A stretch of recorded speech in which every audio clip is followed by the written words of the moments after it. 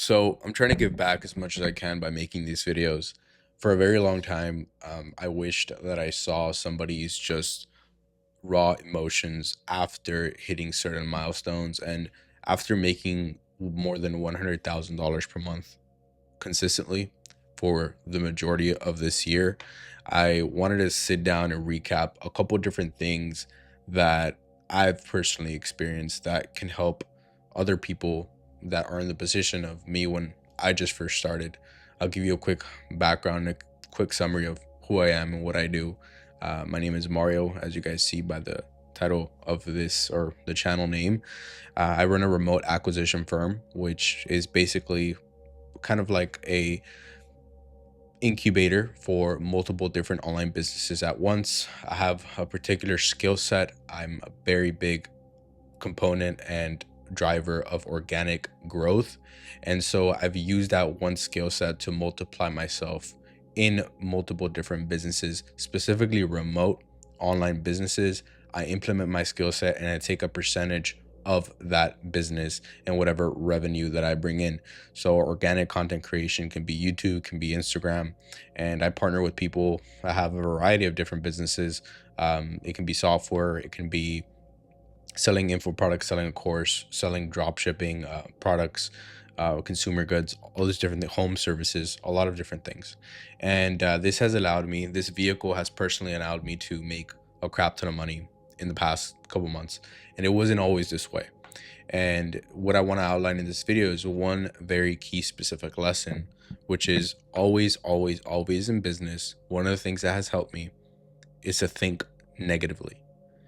And it sounds very weird because probably nobody's going to tell you that you need to think negatively, because to an extent maybe you shouldn't, but it has helped me personally in my journey for the very simple fact that when you start thinking negatively and thinking in the worst possible outcomes for anything that you're going to try, you end up having almost no demotivation that happens after. Most everybody that I see online, or even the people that I know in person, because as I've met more people in my close circle, they've asked me, hey, like, how do you make your money? And hey, put me on, help me start. And I see them rise up real quick. Everybody that wants to make money online, or anybody that wants to start any business in general, their brain wires up and kind of they work themselves up to expect a lot. And business, online business, any type of business, because I have physical businesses, I have remote businesses. Every single time in business, especially in the beginning, as you're hitting escape velocity and breaking I would like to say the six-figure jail, when you have more than six figures in profit in your bank account, that's when things start to get a little bit simpler, and you can kind of be more strategic, and you can kind of almost predict the outcomes of certain situations, of certain scenarios. But if you haven't hit that yet, it's extremely difficult to stay consistent. And part of that is that when you're very young in business, you expect the world. You expect to be in a situation that you're not in right now, in a better one, way faster than you're realistically going to hit. So everybody talks about, let's say, $10,000 a month. You want to hit your first $10,000 a month in profit with your business. And the fact is that for most people, that is either never going to happen, or it's going to take extremely long to happen. And most importantly, it might not even be the vehicle or that business in particular that's going to be the one to make you hit that goal. But what happens very, very often is people fall into that big percentage of never achieving it because of the simple fact that, let's say they find one business model, they want to do drop shipping, or they start a window cleaning business, whichever one or the other, and they go at that at 110%, or so they think, 110%, because most people that are in business don't calibrate the amount of work and effort it takes to put in.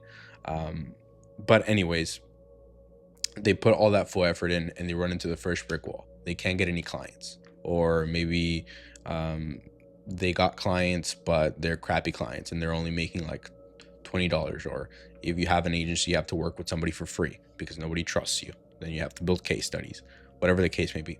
You hit a brick wall right off the bat, and what happens is you end up starting to go down. You have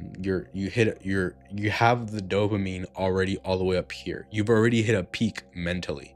And then what happens when you hit the first brick wall, you plummet downwards. Because one of the things that happens when you are emotional is you have higher highs and lower lows, meaning the higher you're able to go mentally, the higher you're able to go and the happier you're able to be. That means you're able to be just as equally, I guess, in the inverse direction. So extremely, extremely sad and extremely, extremely demotivated. That's why the best people that I know, the biggest millionaires that I know, are very monotone.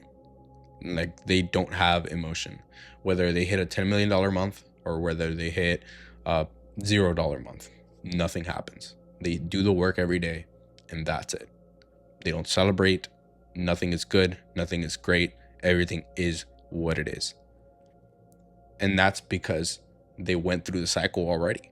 They went through the cycle. And how did I go to that cycle faster than anticipated? Where after, you can't just go from having a lot of emotion, which a lot of people do have a lot of emotion, to no emotion.